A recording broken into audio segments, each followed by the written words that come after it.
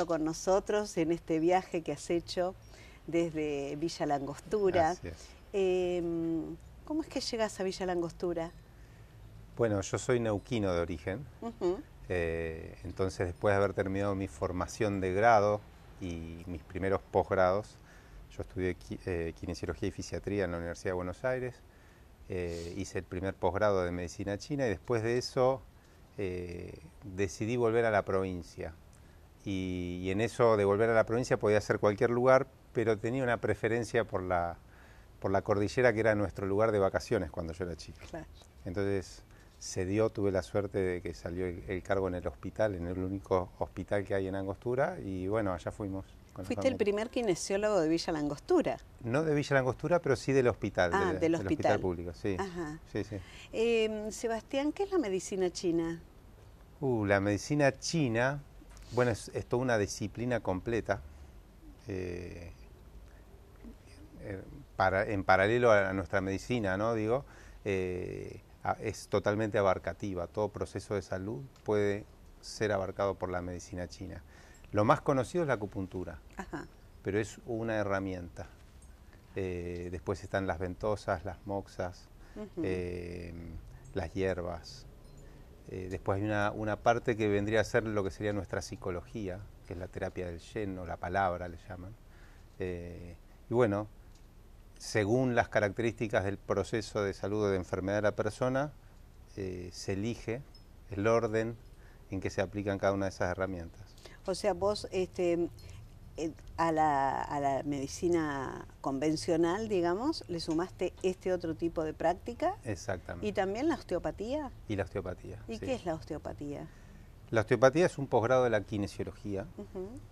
Kinesiología se estudia en 5 años acá en Argentina y la osteopatía son otros 5. Es una modalidad de terapia manual que está incorporado dentro de lo que se llaman las terapias globales. O sea, buscan, a través de la terapia manual, trabajar también casi la totalidad de los procesos de salud. No solo la parte más estructural, osteoarticular, digamos, sino que con osteopatía puede tratarse todo. Un problema visceral, un problema incluso emocional, bueno, la totalidad. Vos cuando llega un paciente, llega por un problema de hueso, digamos, ¿no? O a de veces sí, pero postura, hoy ya después de 20 años claro, me han ido conociendo. Ya Sí. ahora es como que... Pero bueno, al principio te costó que la gente aceptara anexar, digamos, otro tipo de terapias o buscaba lo rígido de la medicina convencional. En general hay mucha avidez sana, una avidez sana por buscar otras formas de terapia. Y de sanación, digamos, o de reequilibrar la salud.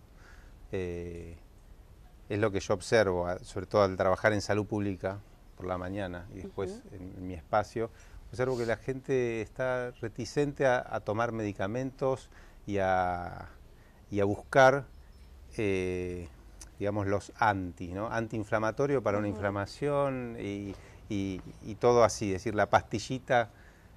En el fondo es como que las personas se han ido dando cuenta que eso no es toda la opción para curar, digamos, ¿no? Es, digamos, como una terapia inmediata que nos saca el dolor, pero no nos cura la raíz del problema. Sí. Vimos mucho esto en la pandemia, ¿no? Donde la gente creo que tomó un poco de conciencia acerca del cuerpo.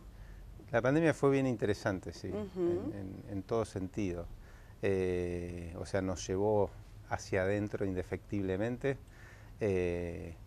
y también llevó a replantear la salud en un sentido más macro, digamos, más a nivel mundial, diría, ¿no?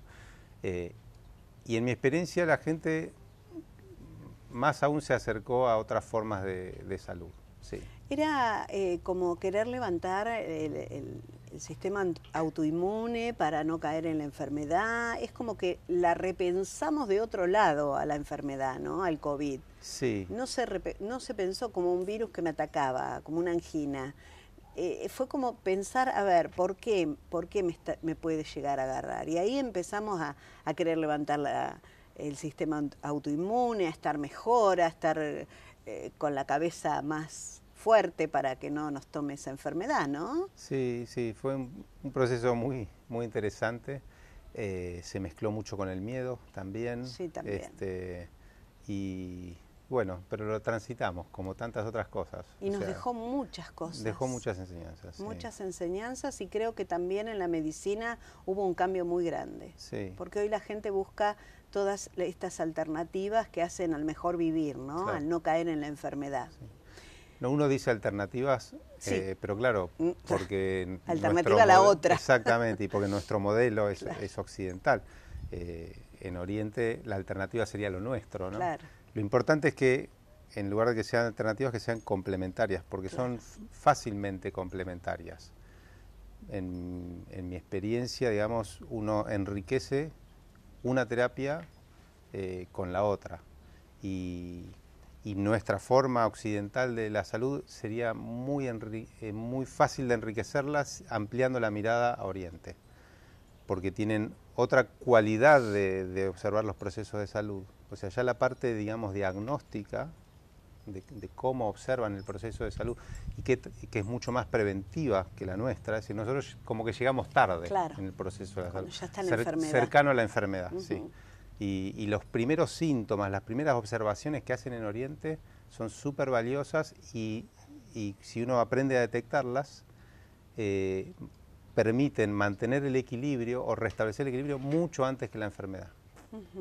¿Vos crees que las enfermedades tienen un origen emocional? En gran medida sí, no todas, No todas. pero muchas sí. O sea, cuerpo y mente también son una unidad. Entonces lo que le pase a la mente va a pasarle al cuerpo y viceversa.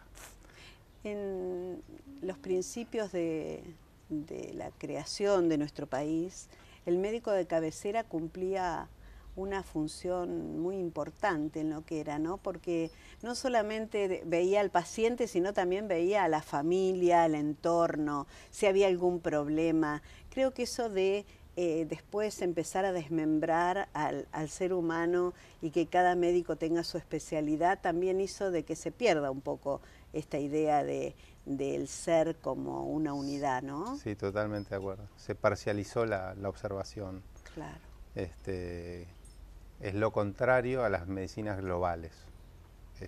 ¿Cómo llegás vos a incursionar en lo que es todo lo oriental? Creo que tuve suerte, por llamarlo de algún modo, ¿no? Esas casualidades que se dan, y después, con el correr del tiempo, uno va entendiendo que es mucho más que suerte, digamos, pero sí fue de comienzo fortuito, digamos. Yo fui a estudiar kinesiología, donde vivía en ese edificio, el portero del edificio, cuando le comento que iba a estudiar, dice: tenés que conocer que en el piso 5º hay un señor mayor que es kinesiólogo, y dice: yo no sé qué hace, pero la gente entra mal y se va muy bien, me dice. Entonces fui, le golpeé la puerta, y esta persona, Alfredo Falzone, que lo traigo porque me parece importante, si bien falleció, fue el primer kinesiólogo que incursionó en la acupuntura en Argentina. Me adoptó como su alumno. Le golpeé la puerta y ese mismo día me decidió transmitirme lo que él sabía. Así que así llegué de comienzo. Después hice la formación convencional, digamos, porque él era un especialista en acupuntura en particular, pero quería conocer el resto de las disciplinas de la medicina china, así que hice la formación de grado, que son 5 años. ¿A dónde se hace esa formación? En Buenos Aires hay muchos centros. Yo lo hice en un espacio que se llama Centro Tao, que actualmente está en Córdoba, se han mudado. Pero en Buenos Aires hay varios lugares. La dificultad a veces radica en que hay muchos centros que son de origen chino, entonces en la disciplina o en la atención son muy buenos, pero en la parte pedagógica de la enseñanza es difícil seguirlos, no son organizados. Entonces hay que buscar un poquito para encontrar algo que tenga las dos cosas, o sea, que sea de la fuente misma en cuanto a la transmisión de enseñanza, pero a su vez que tengan la parte pedagógica facilitada, ¿no? En Villa La Angostura no solamente haces la kinesiología y tu profesión, sino también que estás en un centro Zen donde haces la práctica de esta esto tan milenario, ¿no? ¿Cómo llegás a eso también, ¿no? Porque me imagino que ha sido una búsqueda en toda tu vida sobre esas técnicas, ¿no? Sí, en Es un estilo de particular, vida, ¿no? claro. Y Claro. cuando uno empieza Te pide un más. nuevo, claro, un nuevo terreno, empieza a explorar un nuevo terreno, eh, es como que el lenguaje se va ampliando y la información y van llegando al entorno en el que uno está. Eh, en mi caso en particular, yo empecé con una práctica de budismo tibetano, que me resultó muy interesante y me aportó muy buena información. Eh, pero en un momento dado di con un maestro zen y me di cuenta en el mismo momento que lo vi que esa era mi práctica final y lo que yo estaba buscando. La práctica del zen es mucho más austera en cuanto a información. Se lo conoce como la transmisión silenciosa, porque casi no hay enseñanzas del tipo verbal. La enseñanza es a través de la práctica del silencio y la meditación en silencio, ¿no? Vos eras católico, ¿no? Sí, Y incluso hiciste algunos retiros en monasterios y bueno, y eras practicante del sí, sí. catolicismo, pero no encontrabas lo que al final estabas buscando, ¿no? Sí, así es. En mi familia todos son muy católicos. Tuve un hermano que fue sacerdote hasta hace unos años. Eh, y a mí dentro de la Iglesia Católica lo que yo sentía que tenía que ver conmigo era la parte contemplativa. De hecho me venía entonces acá a Sula a hacer retiros con los trapenses. Y, y siempre busqué por ese lado, digamos, la contemplación o el silencio. Lo que encontré por ahí, o lo que no pude encontrar en el catolicismo, es un método de enseñanza para ir al silencio profundo. Es como para que el estado interno logre, yo digo, saltar el alambrado, porque es una imagen que a mí se me viene, digamos. Uno puede hacer silencio, eso no es difícil, es lo más sencillo que hay. Pero el silencio es como una piedra que uno tira al lago, ¿no? De a poco va buscando el fondo, el fondo, el fondo. Pero lleva su tiempo y llegar al fondo requiere a veces de un método o de un acompañamiento muy, muy especial. Porque si no, en algún momento es como que uno encuentra su propio límite, su alambrado, y vuelve hacia atrás, vuelve a lo conocido. En términos de la práctica del Zen se llama conciencia ordinaria o poder trascender a un estado de conciencia pura. Entonces uno puede empezar en la práctica del silencio, pero es preciso el acompañamiento de un maestro para llegar a una instancia de conciencia pura. Si no, es como que hasta un momento uno llega por sí mismo, pero algo hace que retrocedamos o, bueno, divaguemos en sentidos diferentes. La Iglesia Católica tiene todo lo que es meditación en clausura y uno tiene que dedicarse, digamos, de lleno o tomar hábitos o ser sacerdote o monje, pero no en la vida cotidiana. Sí. En cambio en Zen uno puede llevar una vida común, de familia, digamos, y practicar esto. Exacto. Esa es la diferencia grande que tiene, ¿no? Sí, sí. Hay un movimiento católico que se llama el Movimiento de Meditación Cristiana, que busca, digamos, también crear un acercamiento a lo contemplativo. Pero bueno, usa otras herramientas, usa un mantra en particular, que es Maranatha, y tiene un tipo de enseñanza entonces en relación a eso.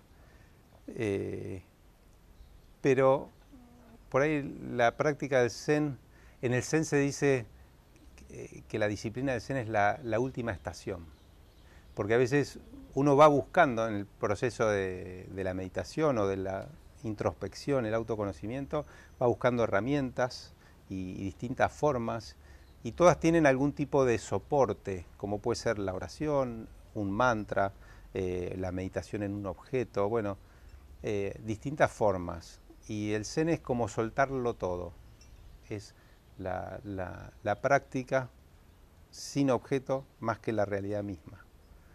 O sea que uno lo puede hacer en cualquier momento, en cualquier lugar. Exactamente, sí.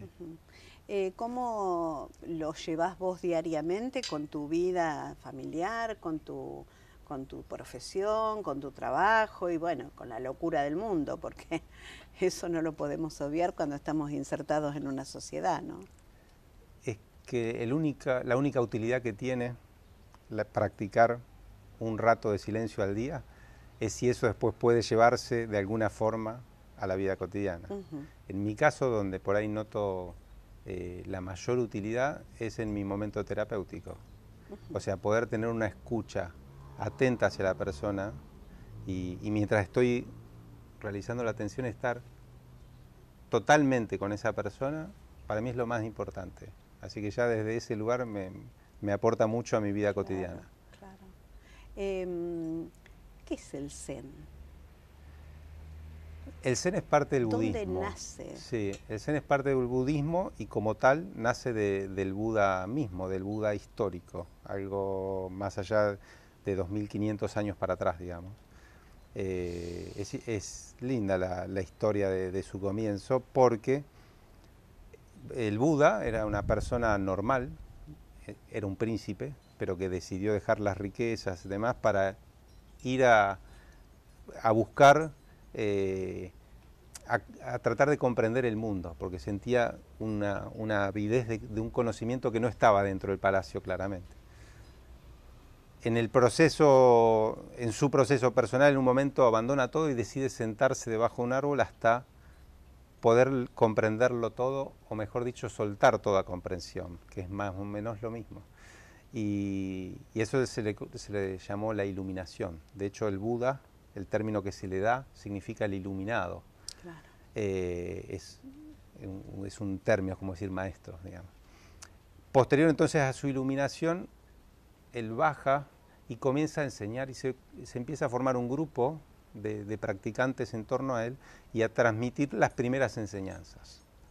A esas enseñanzas se le llamaban sutras. Y entonces hubo muchas enseñanzas, pero una en particular fue la que dio origen al Zen. La historia cuenta que estaba sentado, todos los practicantes alrededor, esperando la enseñanza como las veces anteriores, y después de un largo silencio, el Buda simplemente mostró una flor que tenía escondida en su regazo. Es decir, que fue un sutra sin palabras. Se dice que después de hacer ese gesto, solo un monje entendió, comenzó a reírse. Y entonces el Buda le transmitió, le entregó esa flor a esa persona, que era Mahakasyapa se llamaba, y ahí comienza el Buda, la práctica del Zen, digamos. A eso se le llamó la transmisión silenciosa. Es decir, es el único sutra o la única enseñanza que no requirió palabras. Y ahí ya hay toda una enseñanza en sí misma, porque al fin y al cabo, en la práctica de la contemplación, lo más importante no puede enseñarse con palabras, tiene que ser de otro modo. Es como que las palabras también tienen su límite. Las palabras nos permiten comunicarnos, transmitir ideas, digamos, pero hay un trasfondo en donde las palabras no llegan. Es difícil para el que no practica esto, pero me imagino que cuando uno integra un grupo donde todos más o menos están en la misma vibración, debe ser hermoso poder comunicarse sin palabras, ¿no? Porque la palabra, así como engrandece, también destruye, ¿no? Yo siempre digo que la palabra en sí misma es algo es tan importante, porque uno puede alentar a otro, pero también destruirlo con la palabra. En cambio, creo que el silencio es como una cosa que me deja a mí en la libertad de poder, no sé, permanecer en silencio dos personas, es como dejarme a mí también con mis pensamientos y dejarme la autonomía a mí, ¿no? En cambio, Sí. la palabra me determina. No sé si Sí, soy sí, te clara. entiendo. Sí, sí. Es que es como las dos caras de una moneda, Claro. ¿no? La palabra y el silencio. Ambas son necesarias. Lo interesante es la palabra que viene después del silencio. Tiene otro peso, otra hondura, otra certeza. En el ámbito terapéutico, por ejemplo, como vos decías, es súper claro e interesante. La palabra cura, literal. En la medicina china se usa la palabra. Hay un tipo de terapia que la traducción sería palabra. Porque se dice que la palabra justa, en el momento exacto, es como la aguja puesta en el momento, en el punto exacto de acupuntura. Es decir, mueve tanta energía como una aguja. Pero para que eso ocurra, es importante que antes de la palabra haya silencio. Claro. Entonces es como poder estar en ambas sintonías, ¿no?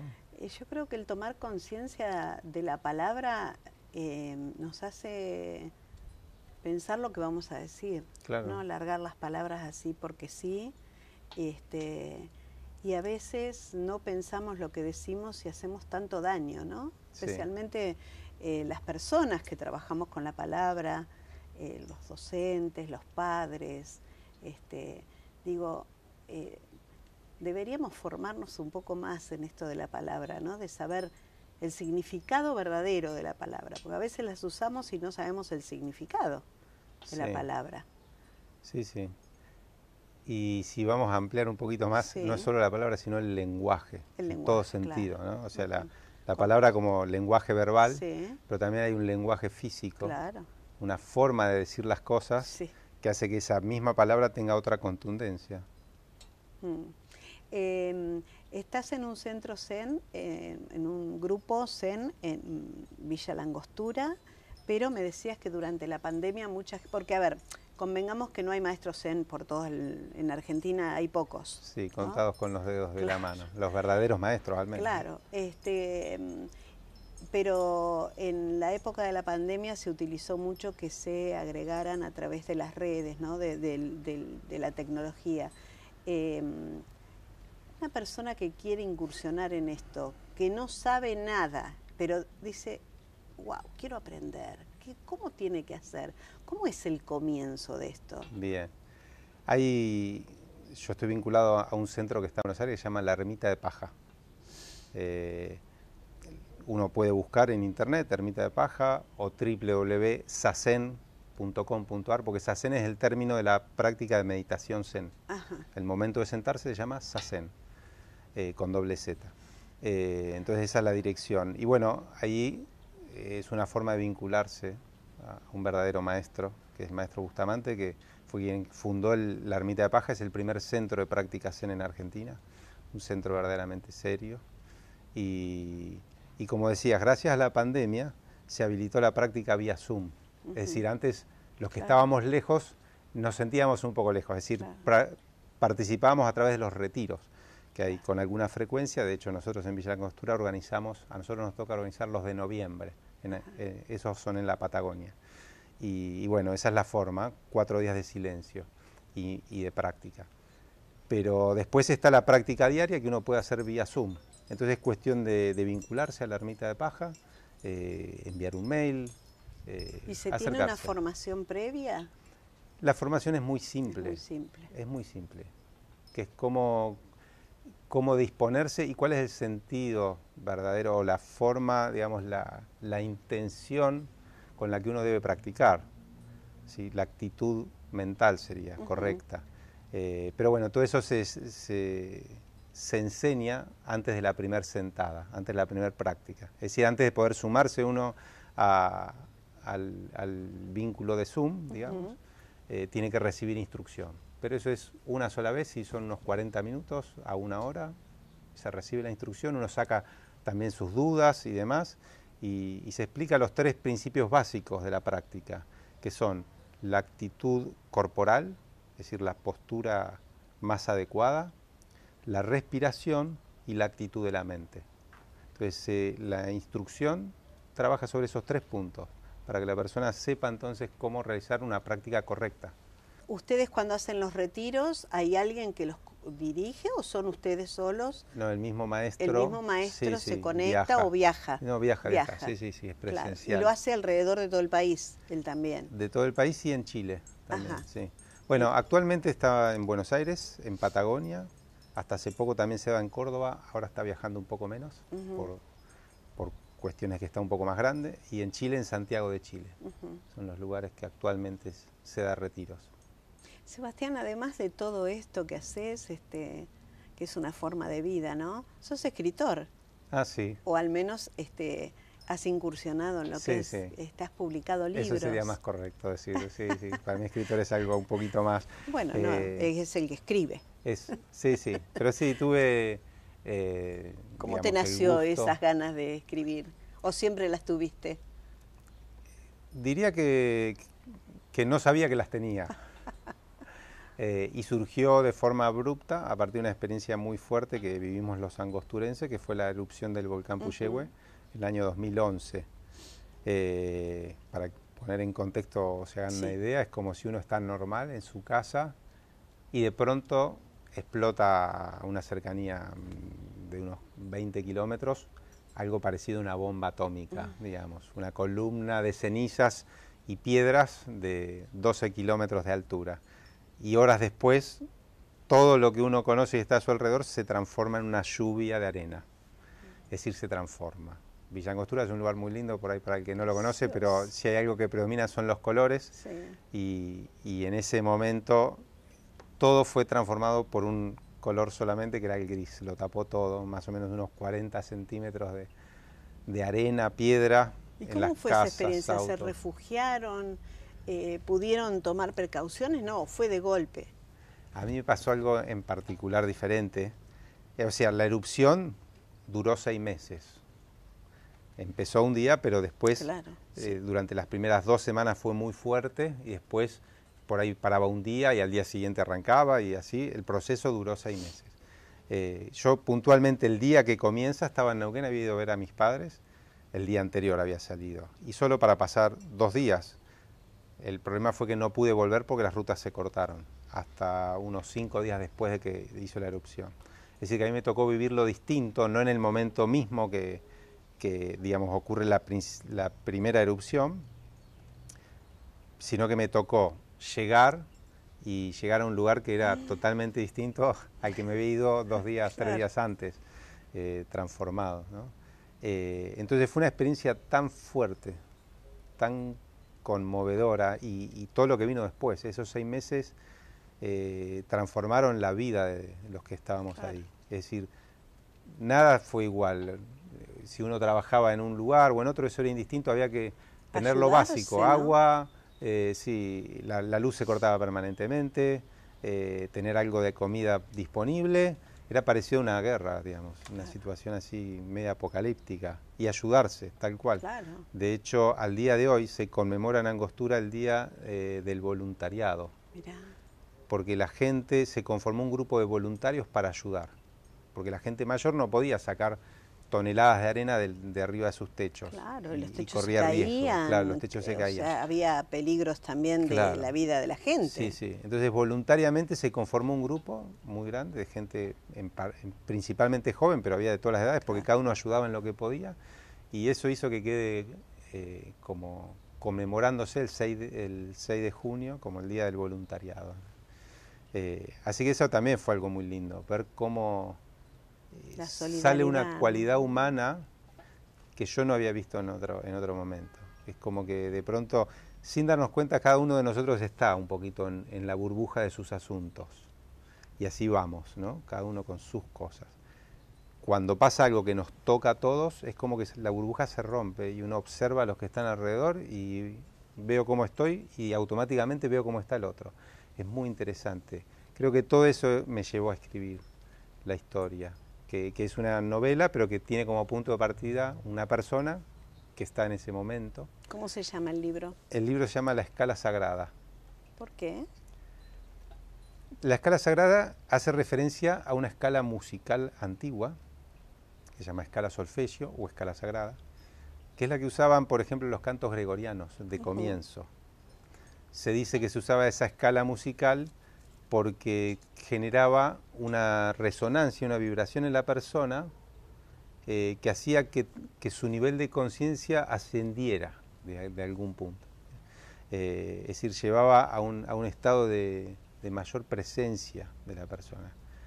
En un momento dejó de usarse esa escala y se transformó por la escala que usamos actualmente, No se sabe por qué, porque digamos, la modalidad, incluso la norma matemática que tiene la escala solfegio es apasionante, es totalmente precisa.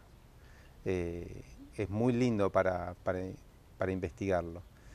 Yo de hecho estaba investigando en eso, en ese momento, entonces se me juntaron ahí un poco las ideas, es decir, un poco ese sacudón que sentimos, la Tierra vibraba literalmente junto con cada erupción, a mí me llevó a pensar de que la Tierra estaba queriendo sacudir al hombre, al hombre como especie, ¿no?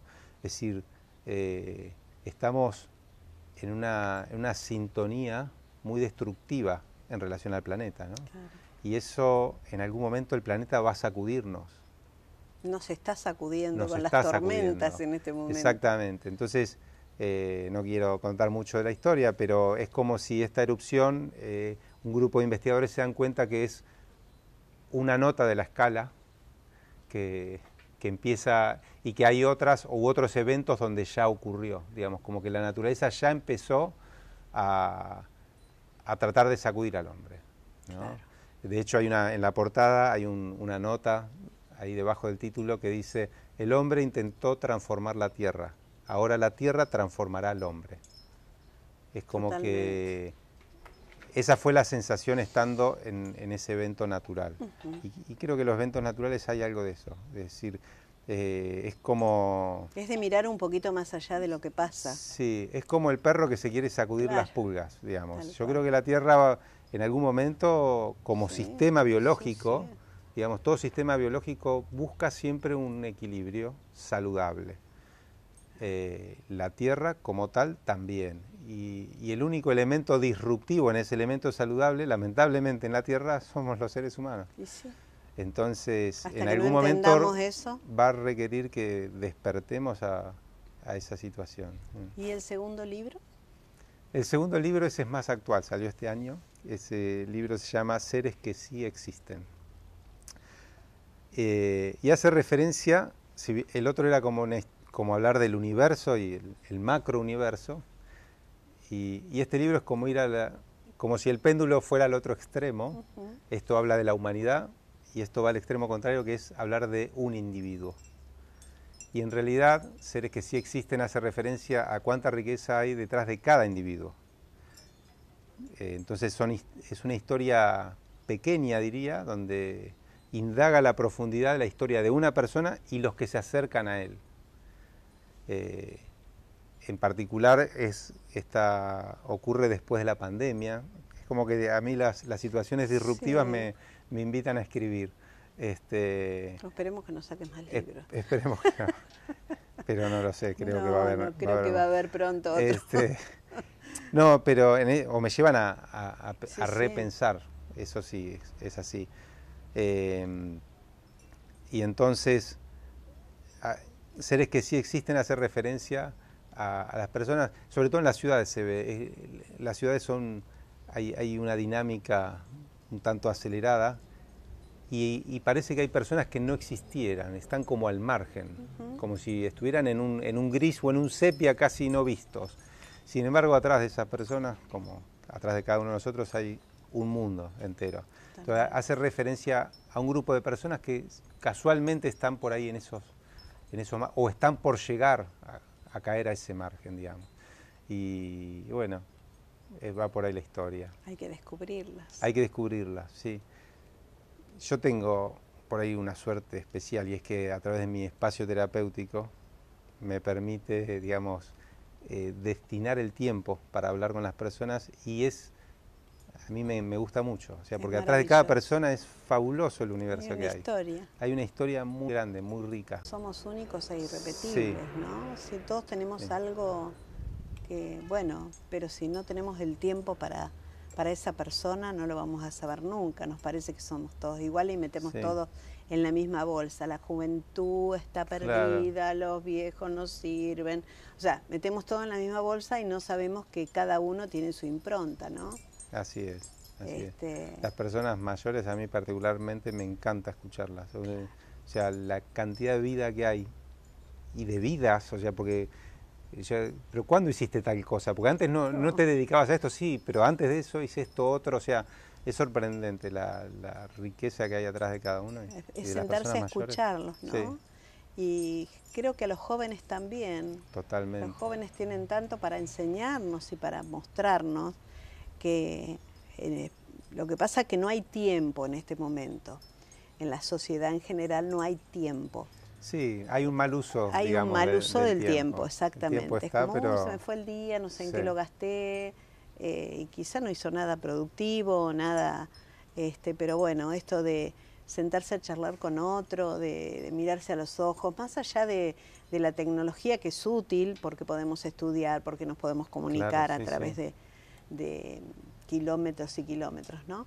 Pero también hacernos un espacio para darnos esto de conocer a otra persona más profundamente, de escuchar. Estamos perdiendo la escucha últimamente, estamos apurados, Sí. ¿no?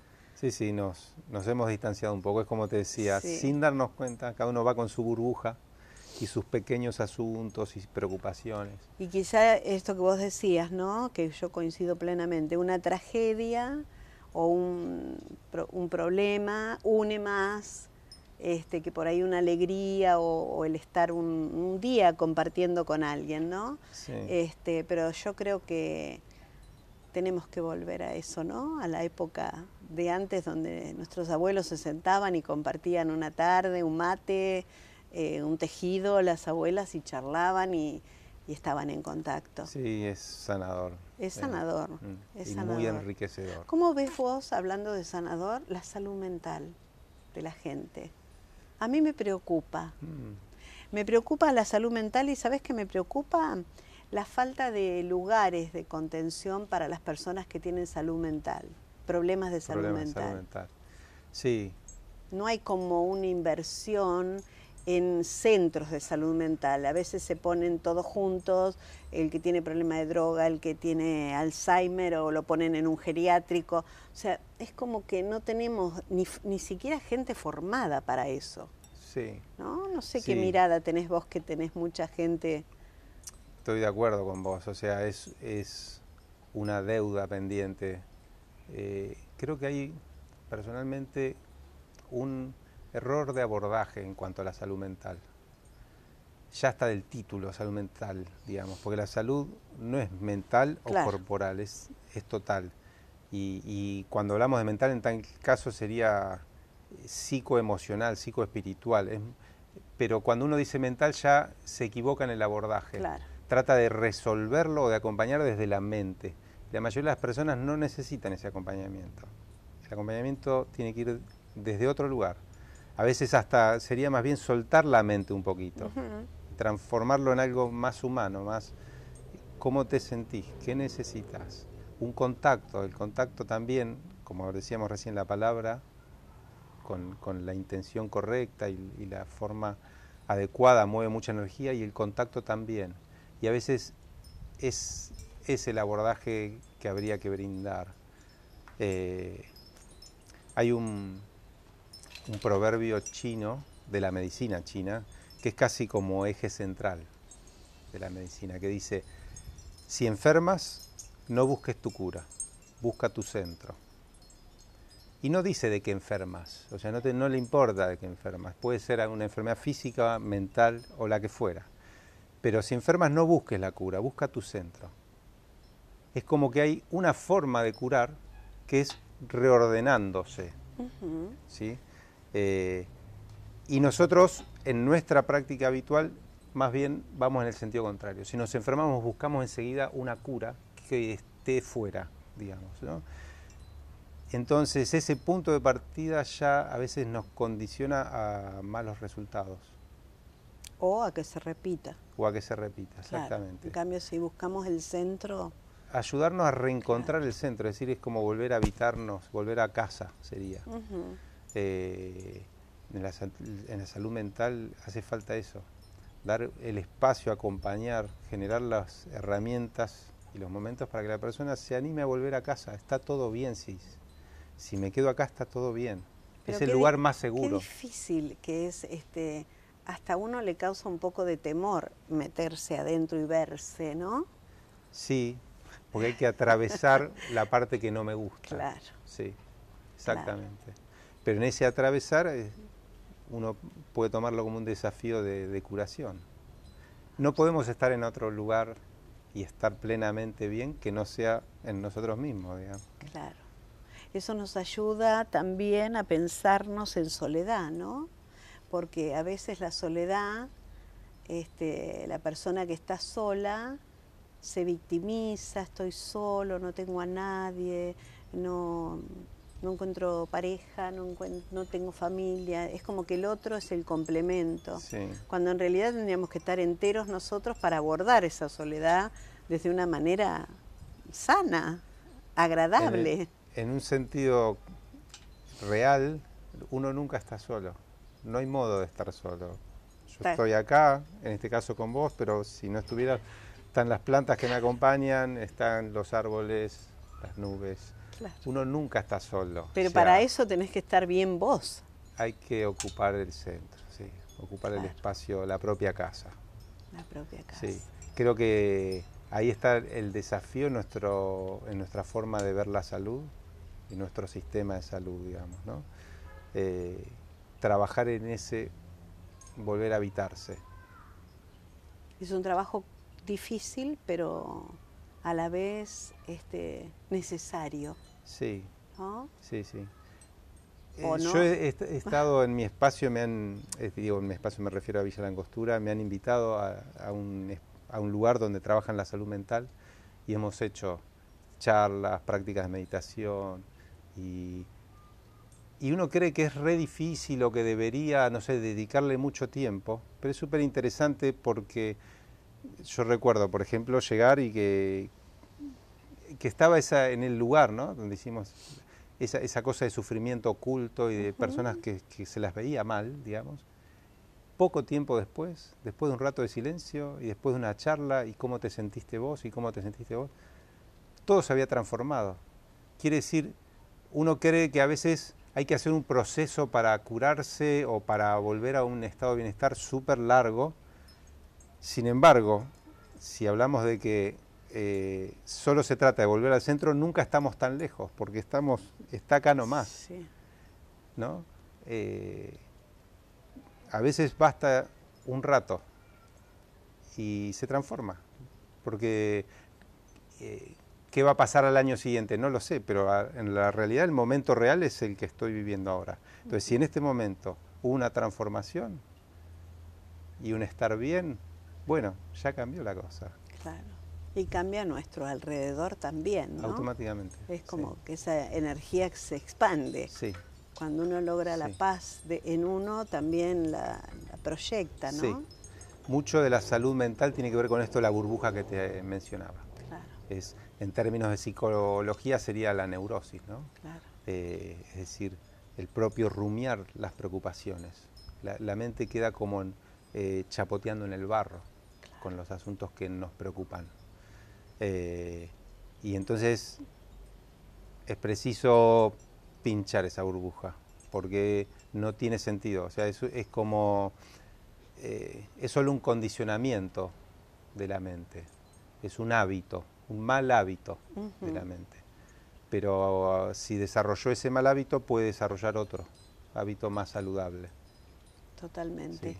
Sí. Ya para terminar, se hace corta la charla, pero ¿qué le dirías a la gente que nos está mirando? Qué interesante. ¿Qué podría decirle?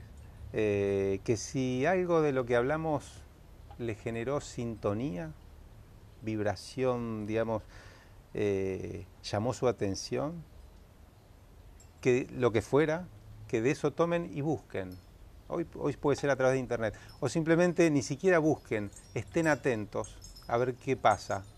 Si hablamos, por ejemplo, no sé, de meditación, que fue uno de los temas que surgió, de ecología, de silencio, lo que fuera, que sobre eso traten de quedarse con la palabra que haya sido útil y estén atentos a ver qué pasa. Porque cuando uno empieza a prestar atención a algo, casualmente a mi alrededor empieza a aparecer algo de eso. el universo se completa. Estar atentos, sí, exactamente. Estar atentos. Estar atentos. Que es una de las cosas que más nos cuesta en este momento, sí, ¿no? Estar atentos. Y casi como un juego, lúdicamente atentos. Muchísimas gracias, Bueno. un placer conocerte. Gracias a y vos. bueno, ojalá algún día pueda ir a esos retiros que hacen en la Patagonia. Bien. A experimentar y a vivirlo, ¿no? Como... Tenemos un Instagram que es Retiros Zen. Zen es con Z. Sí. En ese Instagram ahí figura la información de cuando hacemos uno nuevo y están las imágenes de retiros anteriores. Bueno, vamos a Así que están buscar invitados. porque a mí me resonó esa palabra. Bueno, bárbaro, bárbaro. Muchísimas gracias. Gracias a vos.